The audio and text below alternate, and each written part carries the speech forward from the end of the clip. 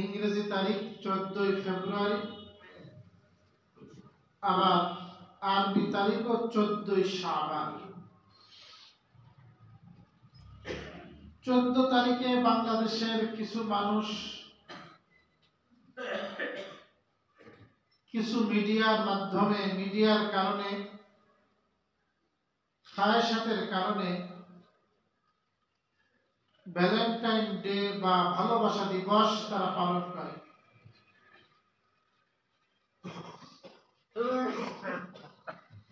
আমাদের এদেশের মুসলমানরা ইসলাম বিভিন্নভাবে ষড়যন্ত্র আর বিভ্রান্তির শিকার। তার একটা প্রকৃষ্ট উদাহরণ হলো এই ঘটনা, যেটা ছিল রোমান পৌত্তলিকদের, যেটা ছিল বিজাতিদের কালচার। আজকে দেশের মুসলমানদের সন্তান অসংখ্য, অগণিত, তারা এই দিবস পালন করতেছে। দিবস পালনের নামে নারী পুরুষ একসাথে চলাফেরা করা, মদ খাওয়া, নেশা করা, আরো শরীয়তের সাথে সাংঘর্ষিক অসংখ্য কাজ এই দিনে হয়। অথচ আল্লাহ তাআলা কোরআনে বলেন, লা তাকরাবুজ জিনা, জিনার নিকটবর্তীও হয়ো না। অন্য আয়াতে বলেন, লা তাকরাবুল ফাওয়াহিশা মা যাহারা মিনহা ওয়া মা বাতান, প্রকাশ্য বা গোপন কোন প্রকার অশ্লীলতার কাছেও তুমি যেও না। ইসলামে শুধু অশ্লীলতাকে হারাম করেনি, অশ্লীলতার কাছে যেতেও নিষেধ করেছে। এমনকি ইসলামে বেগানা নারীদেরকে দেখা, এটাও হারাম করেছে। একজন মুসলমান সে তার চক্ষুকেও হেফাজত করবে। আল্লাহ তাআলা কোরআনে বলেন, ওয়া'য়ালামু খায়িনাতাল আ'য়ুন ওয়া মা ফিস সুদুর, কে চোখের দ্বারা খেয়ানত করে এটা দুনিয়ার কেউ না জানলেও জানে কে? আল্লাহ। আল্লাহ জানেন কার অন্তরে কি আছে, এটা আল্লাহ জানেন। চোখের হেফাজত কেমন করতে হবে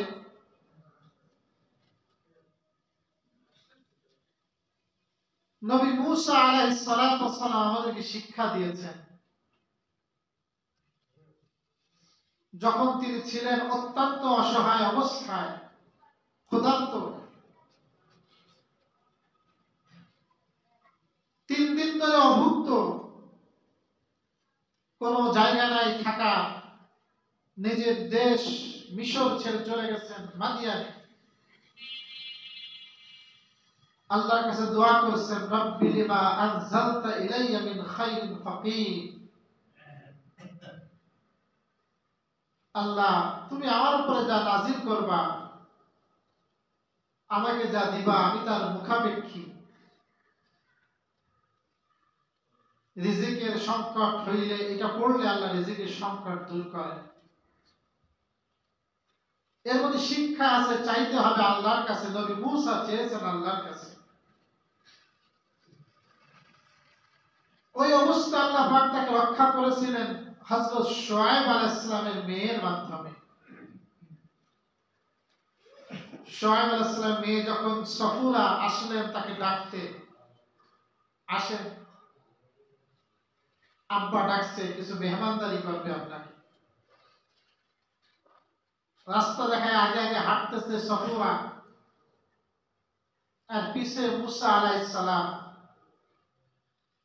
সফুরার পায়ের টাকনু বাতাসের কারণে একটু কাপড় সরে যায়, টাকনু কিছুটা প্রকাশিত হয়ে যায়। মুসা আলাইহিস সালাম পিছনে এটাও পছন্দ করলেন না, বললেন, এই তুমি পিছনে আসো। আমাকে সামনে চলতে দাও, পিছন দিক থেকে আমাকে দেখায় দাও যে কোন দিক যেতে হবে। এইভাবে বাড়ি গেলেন। বাড়ি যাওয়ার পরে এক পর্যায়ে সফুর আব্বারে বলেন, আব্বা এনারে কাজের লোক হিসেবে রেখে দেন। উনি খুব বিচক্ষণ ছিলেন সফুরা। সোয়েব বললেন, কেন রাখবো? বললেন, ইন্না খায়রা মান ইস্তাজারুল কবিয়ুল আমিন। আপনি যাকে রাখবেন শ্রমিক হিসাবে, কাজের লোক হিসাবে, তার মধ্যে দুইটা গুণ দেখতে হবে। এক নম্বর দেখবেন আল কবি, শক্তি আছে কিনা, ওই কাজের সামর্থ্য আছে কিনা। দুই নম্বর হলো আমিন, সে আমানতদার কিনা, বিশ্বস্ত কিনা। বলে মুসার মধ্যে আমানতদারি আছে, চোখের হেফাজত করেছে, শক্তিও আছে, একাই 10 জনের কাজ তিনি করে আমাদের পশুগুলোকে পানি পান করাইছেন, আপনি তারে রেখে দেন। তো যাই হোক, তো আমিন অর্থ হলো আমানতদার। নবী মুসা আলাইহিস সালাম চোখে হেফাজত করেছেন। আল্লাহ রাসূল বলেন, লাআনাল্লাহু আলান নাযির ওয়াল মানজুর ইলাই। যারা বেগানা নারীদেরকে দেখে আর যাদেরকে দেখা হয় নিজেকে প্রকাশ করে রাস্তায় চলাফেরা করে, সবাই দেখবে। রাসূল বলেন, যারা দেখে আর যাদেরকে দেখা হয় এদের উভয়ের উপর আল্লাহর লানত। উভয়ের উপর কার লানত? আল্লাহর লানত মানে অভিশাপ। আল্লাহর অভিশাপের সাথে কল্যাণ আর খয়র থাকতে পারে। প্রিয় ভাইরা আমার, এই জন্য এই সমস্ত মুসলমান যদি আমি হই, সত্যিকার মুসলমান, আমার দায়িত্ব আমার স্ত্রী, আমার মেয়ে, আমার সন্তানকে এগুলো থেকে হেফাজত করা। আল্লাহ পাক আমাদেরকে তৌফিক দান করুন। একদিক থেকে আমাদের এই মুসলমানদের মাঝে এই বেজাতীয় কৃষ্টি কালচার ঢোকানো হচ্ছে। আমার আরেক দল বলতেছে, শুনবেন, এই যে শবে বরাত, শাবানের মধ্য রজনী, যেটাকে আমরা শবে বরাত বলি, একদল বলতেছে শবে বরাতের কোনো অস্তিত্ব নাই। নাউজুবিল্লাহ মিন যালিক।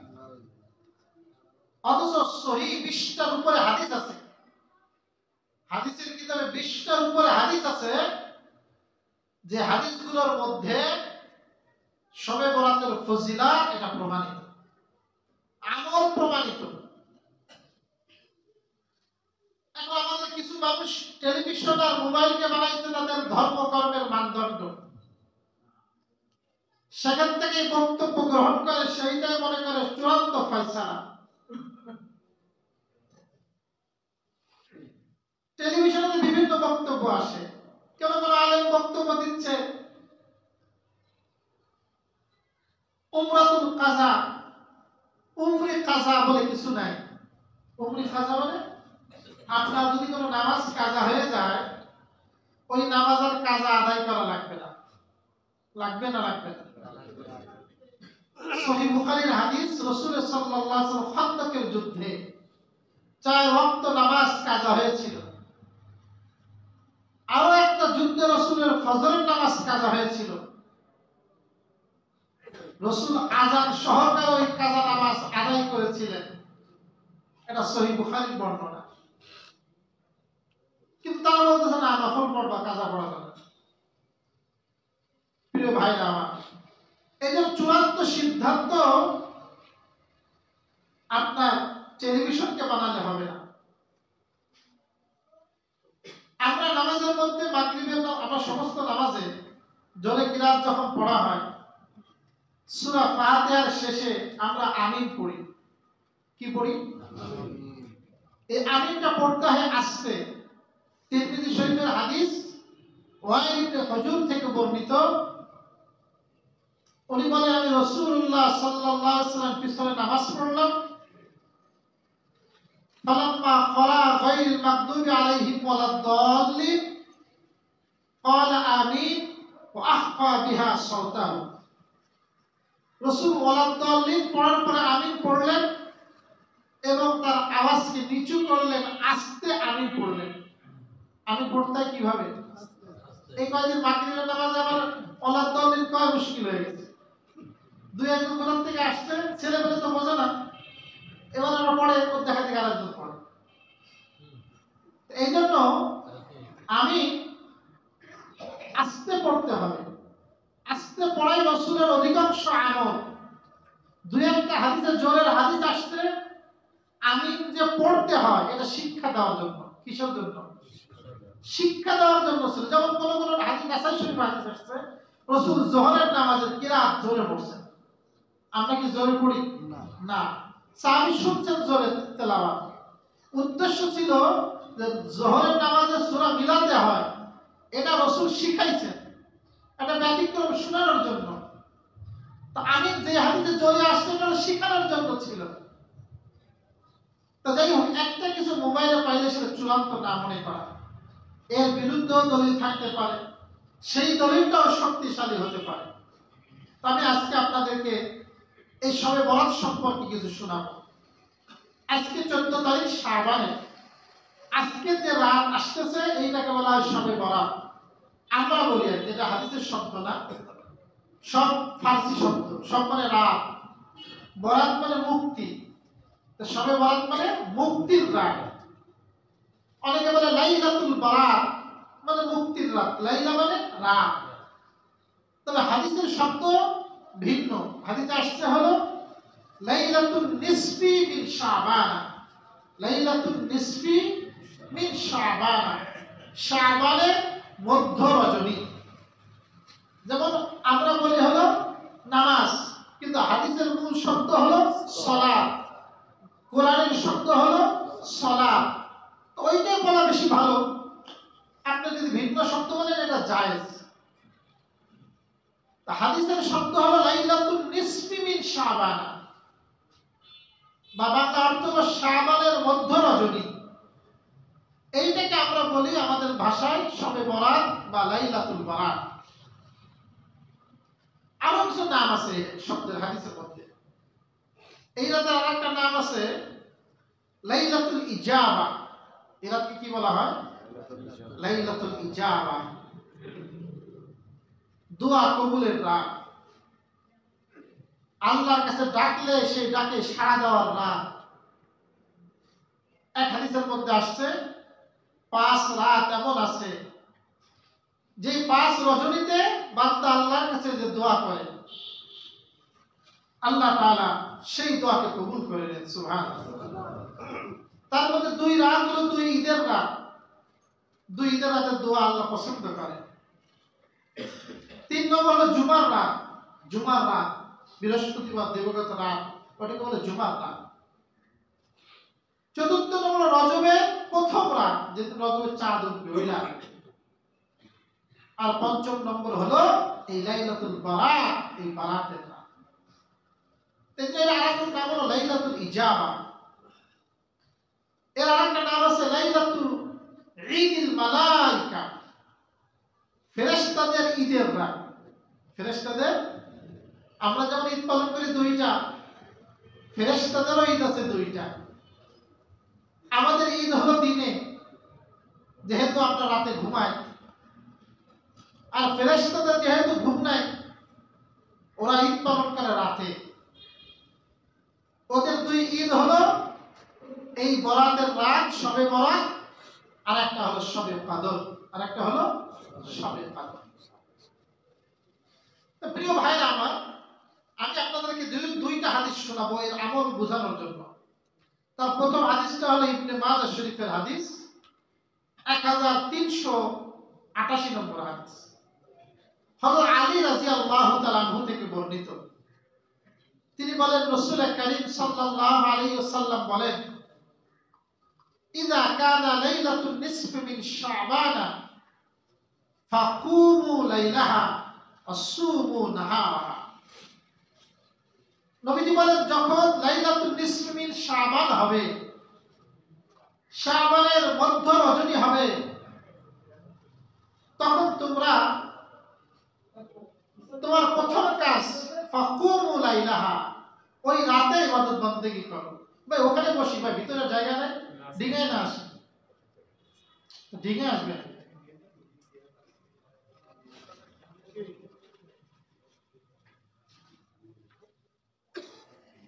লক্ষ্য করে দিকে লক্ষ্য করে ভাই, ফাকুমু লাইলাহা, রাতে আমাকে ইবাদত বন্দী করতে হবে। এক নম্বর কি করা, আগে শুধু সংখ্যা শুনে যায়, পরে ব্যাখ্যা শুনবো। তাহলে এক নম্বর আমল হলো ফাকুমু লাইলাহা, রাতে তুমি ইবাদত বন্দী করো। কেমন ইবাদত বন্দী করবো তার বর্ণনা একটু পরে আসতেছে। আসুমু নাহারাহা, এবং 2 নম্বরে তোমরা তার পরের দিন রোজা রাখো। কি রাখো ভাই? রোজা রাখো। রোজা রাখা, একটা অন্তত রোজা রাখা, সেটা হলো কালকে, আগামীকাল। কেন এই 2 কাজ করতে হবে? রাত ইবাদত কেন? ফাইন্নাল্লাহ আযজা ওয়া জাল্লা ইয়ানজিলু ফিহা লিগুরুবিশ শামসি ইলা সামাঈদ দুনিয়া। কারণ আল্লাহ সুবহানাহু ওয়া তাআলা এই রজনীতে বান্দার অতি কাছাকাছি চলে আসে, তার রহমত প্রথম আসমানে চলে আসে। রহমতের দৃষ্টিতে আল্লাহ তাআলা তার বান্দাদের দিকে তাকান, ফায়াকুলু, আর আহ্বান করেন, আলা মিন মুস্তাগফিরিন ফাআগফির লাহ, আলা মিন মুস্তারজিকিন ফাআরযুক লাহ, আলা মিন মুবতালান ফাওয়াফিয়া ফি। আল্লাহ তাআলা ঘোষণা করেন, আলা মিন মুস্তাগফিরিন, আছে কি কেউ আমার কাছে গুনাহ ক্ষমা প্রার্থনা করে? আমি আল্লাহ তার গুনাহকে ক্ষমা করে দিই। আছে কি আমার কাছে কোনো ব্যক্তি রিজিক অন্বেষণকারী? আমি আল্লাহ তার রিজিক বাড়ায় দেব। আছে কি কোনো ব্যক্তি বিপদগ্রস্ত, অসুস্থ, বিভিন্ন পেশানিতে যুক্ত? আমার কাছে তুমি চাও মুক্তি, আমার কাছে তুমি শেফা চাও, আমি আল্লাহ ওই বিপদ থেকে তোমাকে উদ্ধার করব। হাত্তা তাতলু আশ-শামস, একেবারে তাতলু আল-ফাজর, ফজর উদিত পর্যন্ত আল্লাহ তাআলা এই গোটা রজনীতে বান্দাকে ডেকে ডেকে এইভাবে বলতে থাকে। এটা হলো ইবনে মাজাহ শরীফের হাদিস।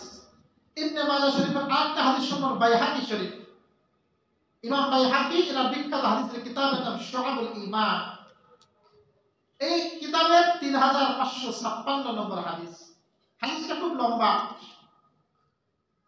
একদিন রাসূল করিম সাল্লাল্লাহু আলাইহি ওয়াসাল্লাম আয়েশার ঘরে গেলেন। রাসূলের যে একাধিক স্ত্রী ছিল তাদের জন্য পালা ভাগ ছিল। এক এক স্ত্রী ঘরে এক এক রাতে যাইতেন, ভাগ ভাগ ছিল। কারণ যদি স্ত্রী একাধিক হয়, শরীয়তের বিধান তার পালা ভাগ থাকতে হবে। এই বাড়ি 3 দিন থাকলে ওই বাড়ি 3 দিন থাকতে হবে। দৈহিক মিলন শর্ত না, কিন্তু রাত্র যখন সেখানেই করতে হবে। যদি না করতে পারে আল্লাহর হুকুম, তাহলে তুমি বিয়ে একটাই করো। তাহলে বিয়ে একাধিক করার অধিকার কোন সময় আছে? যখন তুমি ইনসাফ করতে পারবা, একাধিক স্ত্রীর মধ্যে ন্যায় এবং সমতা রক্ষা করতে পারবা। যদি না পারা যায় তাহলে একটা। তো নবীজি ব্যাপারে সুন্দরভাবে ইনসাফ করতেন। নবীজি স্ত্রী আয়েশার ঘরে গেলেন, আম্মা জান আয়েশা সিদ্দিকা শুয়ে পড়ছেন, নবীজিও শুবেন। আয়েশা যখন শুয়ে পড়লেন, নবীজি আস্তে করে উঠে পড়লেন, আস্তে করে দরজা খুললেন। আয়েশা সিদ্দিকা মনে মনে বলেন, আমি তো ঘুমাইনি, আমি মনে মনে সন্দেহ করলাম, মনে হয় আমার কোন সতীনের ঘরে গেছে। আমি পিছ পিছ গেলাম, দেখি আল্লাহ রাসূল সাল্লাল্লাহু আলাইহি ওয়াসাল্লাম সোজা সেখান থেকে আল বাকি আল গারকাত, বাকি কবরস্থান, কবরস্থানের নাম কি? বাকি। আমরা বলি জান্নাতুল বাকি, আর আমরা বলি আল বাকি আল গারকাত। গারকাত মানে কবরস্থান, একবার কাছাকাছি। এখানে মনে করেন রাসূলের রওজা, আর হয়তো ওই বিল্ডিং দেখা যায়, কত দূর হবে হয়তো। কথা বলি না বলি, কথা বললে তো সমস্যা হয়ে যায়, আমার কথা হারাই যায়, কথা অনেক সাজা আনতে হয়।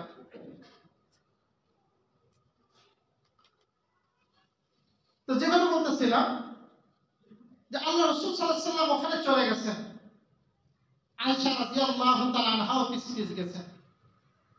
আয়েশা রাদিয়াল্লাহু পিছপিছ যাওয়ার পরে দেখে আল্লাহ রাসূল সেখানে, তার হাত তুলে আসমানের দিকে ইস্তাগফিরু লিল মুমিনিনা ওয়াল মুমিনাত ওয়াশ শুহাদা, গোটা মানব মণ্ডলীর মুমিন মুমিনাত এবং শহীদদের জন্য আল্লাহর কাছে মাগফিরাত কামনা করতেছেন, আল্লাহর কাছে দোয়া করতেছেন, আল্লাহ তুমি এদেরকে ক্ষমা করে দাও, এদেরকে মাফ করে দাও। কবরস্থানে গেলে কাজই হলো তাদের জন্য মাগফিরাত কামনা করা। অনেকে যে জিয়ারতি বোঝে না, মূল কাজই হলো আপনি বলবেন আল্লাহ তুমি আমাদেরকে ক্ষমা করো, আল্লাহ তুমি তাদেরকেও ক্ষমা করো।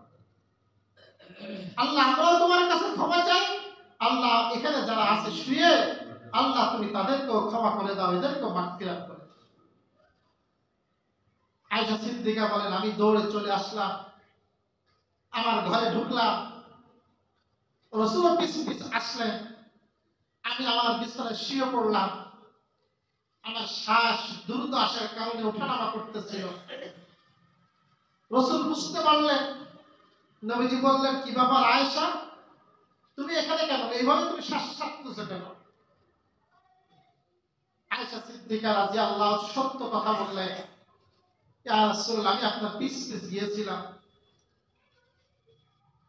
আমি কবরস্থান পর্যন্ত গেছিলাম, আবার ফিরে আসছি। নবীজি বলেন ইয়া আয়েশা তু আকুনতি তাখাফিনা আন ইয়াহিফাল্লাহু আলাইকা ওয়া রাসূলুহু, আয়েশা তুমি কি মনে করো আল্লাহ এবং তার রাসূল তোমার উপরে জুলুম করবেন, এটা তুমি মনে করো?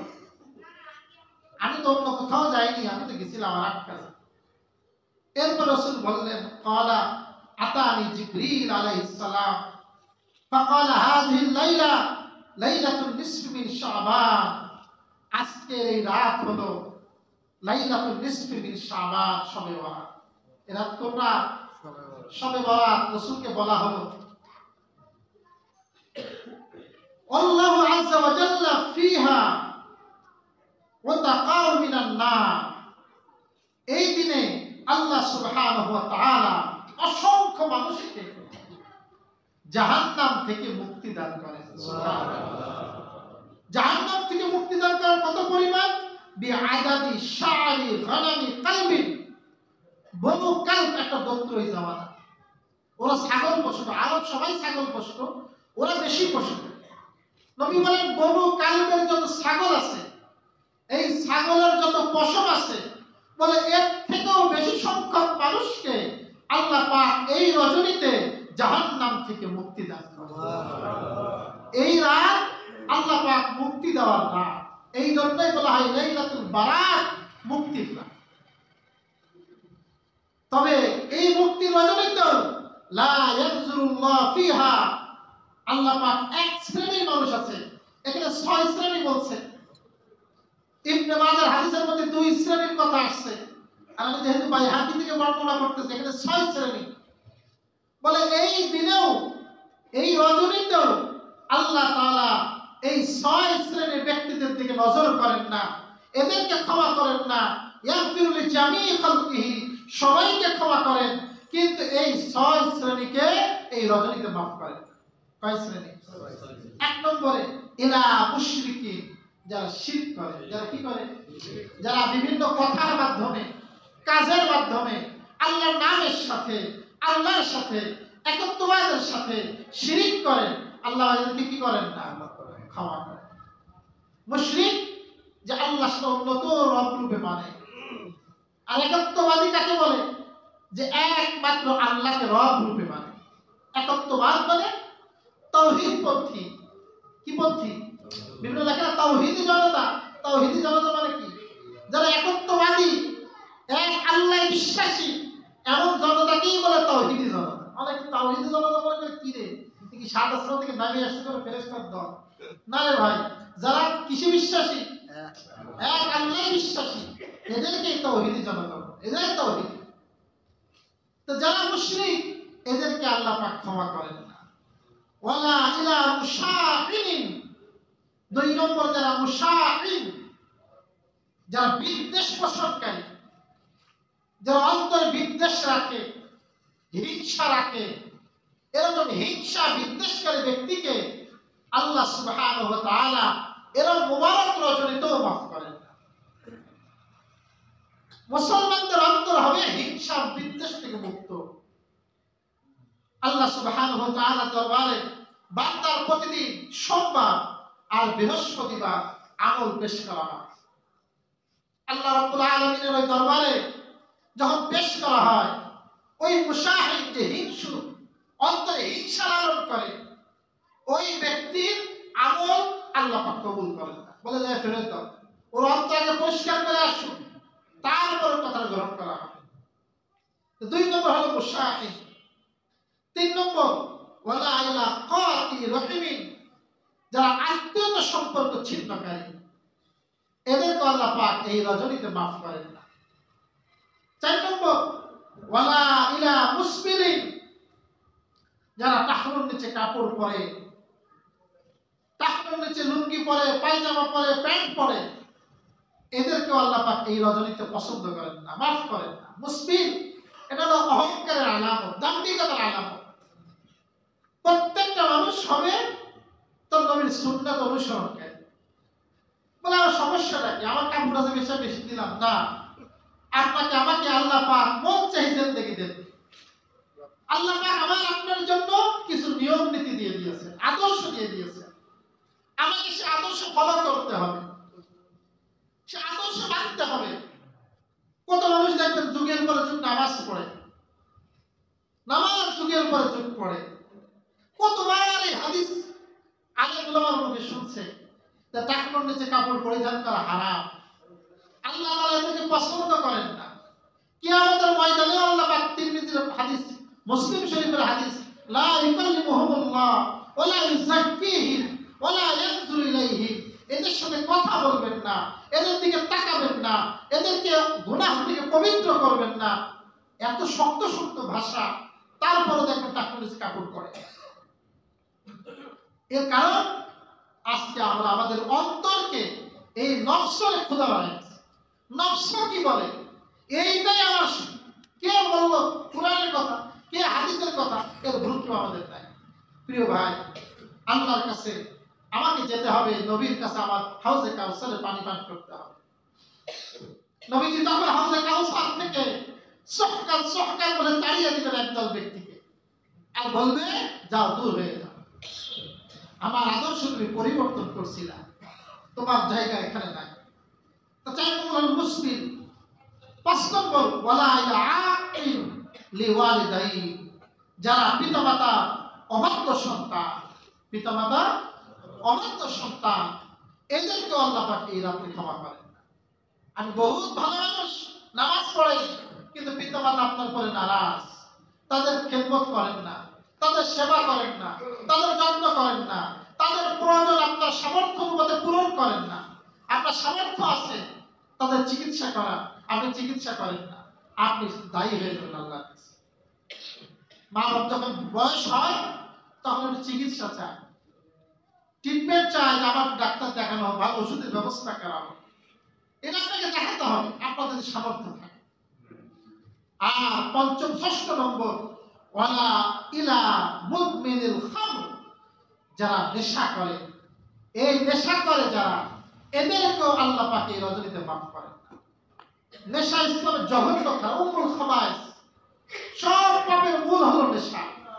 নেশা করলে মানুষ মানুষকে খুনও করে দেয়, চুরি করে, ছিনতাই করে, ব্যভিচার করে, ধর্ষণ করে, সব কিছুর মূলে হলো এই মদ, মাদকতা। ইসলাম মদ হারাম। প্রিয় ভাই, এই কথা যখন রাসূল বললেন, ক্বালা আয়েশাতু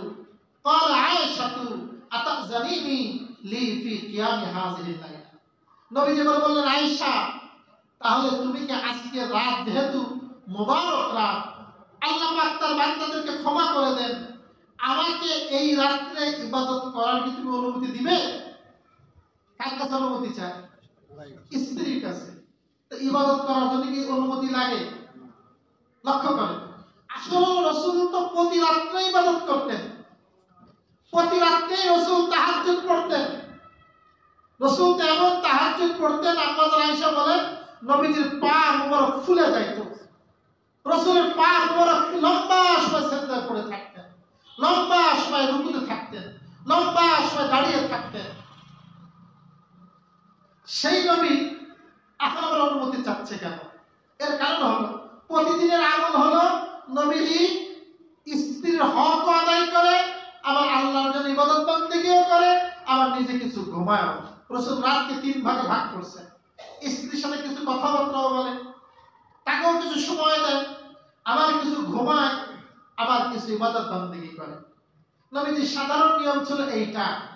কিন্তু আজকে যেহেতু সারা রাত ইবাদত করবেন, আজকে যেহেতু স্ত্রীকে সময় দিতে পারবেন না, তার হক আবার নষ্ট হয় কিনা, এই জন্য আল্লাহ রাসূল বললেন যে আমি ইবাদত বন্দেগী করব, আয়েশা তুমি কি আমাকে অনুমতি দাও? সুবহানাল্লাহ। স্ত্রীর হক নবীজি কিভাবে আদায় করেছেন?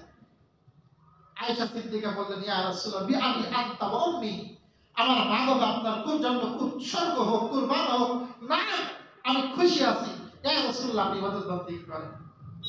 এরপর রাসূল আল্লাহ ফাকামা, রাসূলের উপরে দাঁড়িয়ে গেলেন, ফাল্লা সাজাদা লাইলান তাওয়িলা, এরপরে নবীজি এত লম্বা সিজদা করলেন, হাত্তা জানান্তু আন্নাহু কুমিজা, আমার মনে হইল নবীজি মানে জান চলে গেছে। আমি রাসূলের নামে সারা শব্দ পাই না, কোন আওয়াজ পাই না, ঘরের মতো অন্ধকার, ছোট্ট রুম, আম্মা জান আয়েশা সিদ্দিকার রুম, নবীজির রুম, ছোট রুম ছিল। এই রুমের মধ্যে কোনো সারা শব্দ নাই, অন্ধকার। আমি ভয় পেয়ে গেলাম, মনে হয় রাসূল মারা গেছে। আসলে কি মারা গেছে? সিজদায় পড়ে আছে, দীর্ঘ সময় সিজদা করতেছে। এই জন্য এরা যারা ইবাদত বন্দেগী করবে, আজকে 100 রাকাত নামাজ পড়ছি, 200 রাকাত নামাজ পড়ছি, এইটার তুলনায় আপনি 2 রাকাত পড়েন, একাগ্র চিত্তে পড়েন, আল্লাহকে খুশি করার জন্য পড়েন, ওই 2 রাকাতের মূল্য ওই 100 রাকাতে দাখিল হয়ে যায়। প্রিয় ভাইরা আমার, রাসূল লম্বা সময় নামাজে থাকলেন, আমি হাঁটতে লাগলাম, হাঁটতে আমার হাতটা রাসূলের পা মোবারকের তলায় পড়লো। দেখি রাসূলের পা মানসুবাতানে খাড়া। যখন সিজদায় যেতে হয় অনেকে পা শোয়ায়, অনেকে পা কি করে? নামাজের মধ্যে আপনার আঙ্গুলগুলো যত সম্ভব কিবলামুখী হবে, কোনমুখী হবে। তাহলে যখন আপনি বসবেন, এমনি আত্তাহিয়াত অবস্থায় বাম পায়ের পাতার উপরে বসা, আর ডান পায়ের আঙ্গুলগুলো এইভাবে ভাঁজ করে যত সম্ভব আঙ্গুলগুলো কিবলামুখী করা, আর পাটাকে খাড়া রাখা। পাটাকে কি রাখা? এটা হলো নামাজের সুন্নাহ। আর যখন আপনি রুকুতে সিজদায় যাবেন, তো 2 পায়ের আঙ্গুলগুলো যথাসম্ভব আঙ্গুলগুলো কিবলামুখী হবে, 2 পায়ের আঙ্গুলগুলো কি হবে? আর পাটা খাড়া থাকবে। অনেকে পাটা বিছায় দেয়, এটা মহিলাদের নামাজ, এটা কাদের নামাজ? মহিলারা পা বিছায় দিয়ে নামাজ পড়ে। দেখেন যে মহিলাদের নামাজ, এটা মহিলাদের নামাজ। আর পুরুষরা নামাজ পড়বে এরকম পা খাড়া করে। তো প্রিয় ভাইরা আমার, যখন রাসূলের হাতে পায়ের সাথে আমার হাত লাগলো, রাসূলের শরীর নাড়া দিয়ে উঠলো, রাসূল নড়ে উঠলেন। এবার আমি খুশি হলাম যে না, রাসূল নামাজে আছেন। এরপর রাসূলের নামাজ শেষ করলেন। তাহলে এই হাদিস থেকে আমরা অনেক কিছু পাইলাম। 2টা হাদিস থেকে আমরা কি কি পাইলাম? খোলাসা কথা বলে দিই। 1 নম্বর পাইলাম, আজকে রাত্রে আমাদেরকে ইবাদত বন্দেগী করতে হবে, যত সম্ভব বেশি বেশি ইবাদত বন্দেগী করতে হবে, নামাজ পড়তে হবে, তেলাওয়াত করতে হবে, জিকির করতে হবে। 2 নম্বর আমল হলো আগামীকাল রোজা রাখা। এটা নফল রোজা, রাখলে সওয়াব আছে, না রাখলে গুনাহ নাই, চেষ্টা করে রোজাটা রাখা। 3 নম্বর আমল হলো এই রাত্রে বেশি বেশি আল্লাহর কাছে কান্নাকাটি করা, মাগফিরাত কামনা করা, দোয়া করা। রাসূল যেমন মাগফিরাত কামনা করছেন, দোয়ায় রোনাজারি করা, চোখের পানি ছেড়ে দেওয়া, হাওয়া করে কাঁদার চেষ্টা করা, অন্তত 1 ফোঁটা চোখের পানি হলেও ফেলানোর চেষ্টা করা। 3 নম্বর কাজ দোয়া করা। 4 নম্বর কাজ শুধু নিজের জন্য দোয়া না, নবীজি যেমন সবার জন্য দোয়া করেছেন, সবার জন্য দোয়া করা, দোয়ার মধ্যে ব্যাপকতা আনা। তাইলে 3 নম্বরই ধরেন আপনি, দোয়ার মধ্যে ব্যাপকতা। আর 4 নম্বর হলো নবীজি কবর জিয়ারত করেছেন, যদি পারেন। এখন তো হয়ে গেছে ফ্যাশন, ছেলেগুলো 10টা এক জায়গায় হয়, ভ্যান একটা ভাড়া করে, ওই হুল্লোড় করে, এই তামাশা দেখতে যায়, কয়জন ভিক্ষুক আছে ঘুরতে যায়, কার বলে? এটা না। আপনি যদি আপনার মতো যেতে পারেন, একাকী যেতে পারেন, সেখানে যে আপনার যেন মৃত্যুর কথা স্মরণ হয়, মৃত্যুর ভয় আসে, সেইভাবে যদি পারেন আপনি কবর জিয়ারত করতে পারেন।